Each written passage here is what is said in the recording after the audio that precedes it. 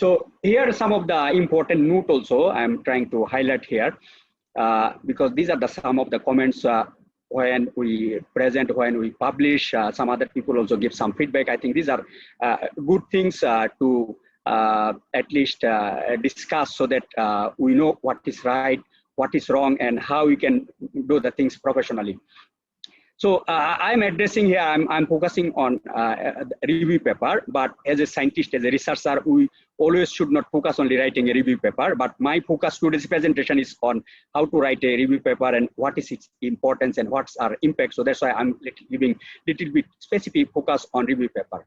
But I would like to highlight that it is not good approach just to focus on writing a review paper, despite having research facilities, and it is not, and particularly writing a review paper is nothing unethical, because it is an universal practice. Even there are review journals, and I understand some of the journals impact factor is extremely high, and those are review journals. Even in our field also, for example, renewable and sustainable energy review, this impact factor is one of the highest impact factor in our field, something like 12. And there is a progress on energy and combustion science, that's impact factor is 26. So these are universal practice. There is nothing unethical to publish in a professional, in an unethical way. But I would like to highlight that it is not good practice just to publish on the review paper, just to focus on the only review paper. And also, as I mentioned, so writing a review paper is not only just for citation, it's not only for the because of publication, but it's also to improve the knowledge and some other points I mentioned earlier. A good researcher should also have original review, conference, analytical, computational works with major focus. So I should say that major focus should be on writing the original work. That should be the scientific practice, along with some review paper. So what I want to say, as a researcher, we should have balanced amount of contribution. There should have review work, there should have original work, conference paper, analytical, computational, and so on, along with IP, product development, commercialized product, and so on. A good researcher and academician should also secure grant. So it's not only publication. As an academician, researcher, we also should secure grant, supervise students, teach effectively, excellence in teaching, contribute to the society, knowledge diffusion. So these are a few I'm highlighting here. There might be some more on top of these things.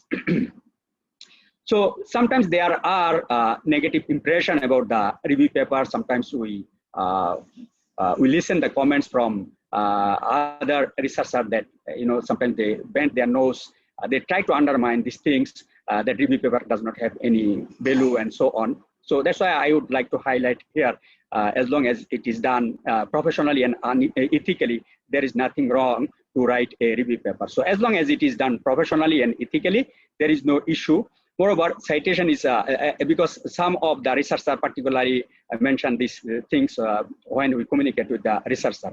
But here I would like to highlight also, citation is not dependent only on the review paper. Citation is dependent on also other things.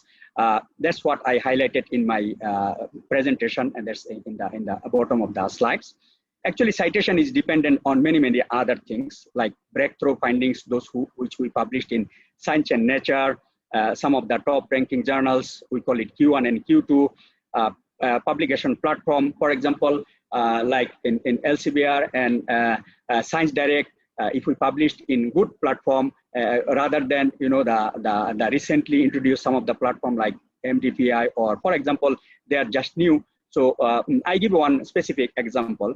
So I published similar types of paper in LCBR, energy policy, that has more citation than I published in a platform or in a publisher that's not well known. So that's also one of my observation, that publication in, for example, IEEE, SCS, nanochemistries, and so on. So the publication platform is also plays a important role in getting your papers cited. Journal ranking. So as you know, the journal can be ranked as Q1, Q2, Q3, Q4. So normally the Q1 and Q2 journals are more cited. That's how the definition of impact factors comes. Also, I found that the collaborations with the international collaborations, paper will be more cited. And of course, the topic is also important. So citation is not only dependent on review paper, citation is dependent on many other aspects. So some of the few things I have discussed here.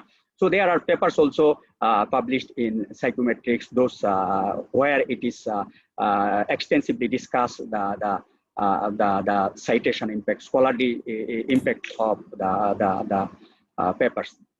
So basically, since there are, because sometimes citation is also abused. For example, in my experience particularly, I have observed sometimes the reviewer specifically asked to cite their own paper. So this is again wrong things. So these are the things also I posted in my Facebook, how to defend these types of unethical practice.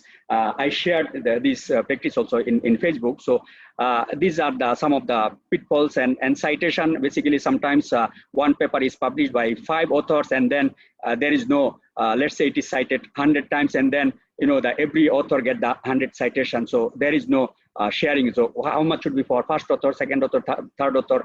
So these are some of the pitfalls also, and there are some other pitfalls associated with citation. So those things actually I have extensively discussed, I think more than 1.5 hours in all those slides that I presented in one of the university in Malaysia, the University Putra Malaysia, that is available in Facebook and YouTube. So you can go through the slides for more details, each and everything about the scholarly impact assessment. That is the positive side, negative side of this citation impact assessment, so that the researcher, scientific communities are well aware what we should do, what we should not do, how we can address these issues professionally.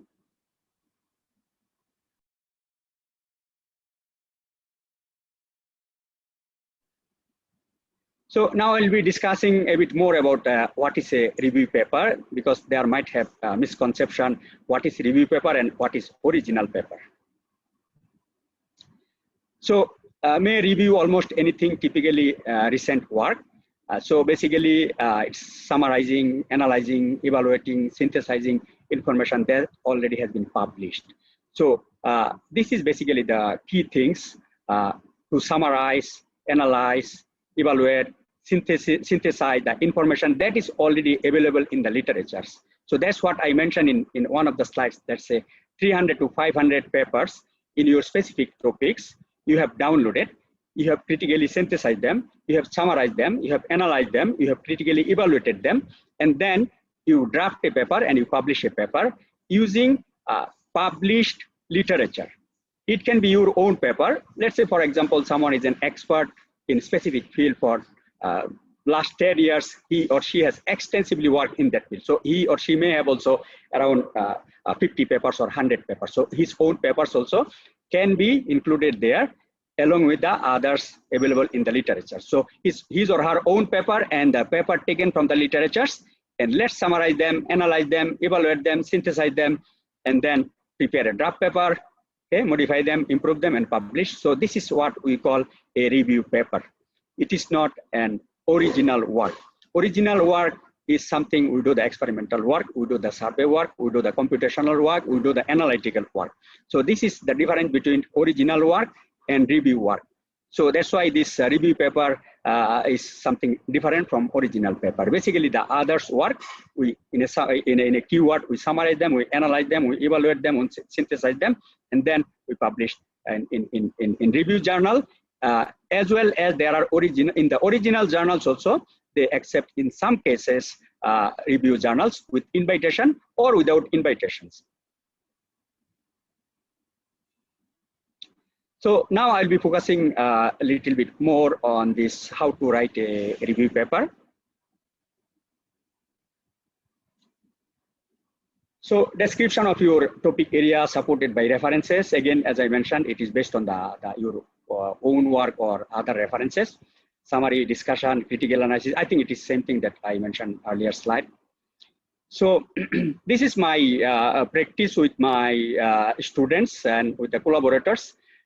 What should be structure of, because there is no specific structure like original paper. Normally when we write an original paper, we call it IMRAT, introduction, methodology, result discussion, and conclusion.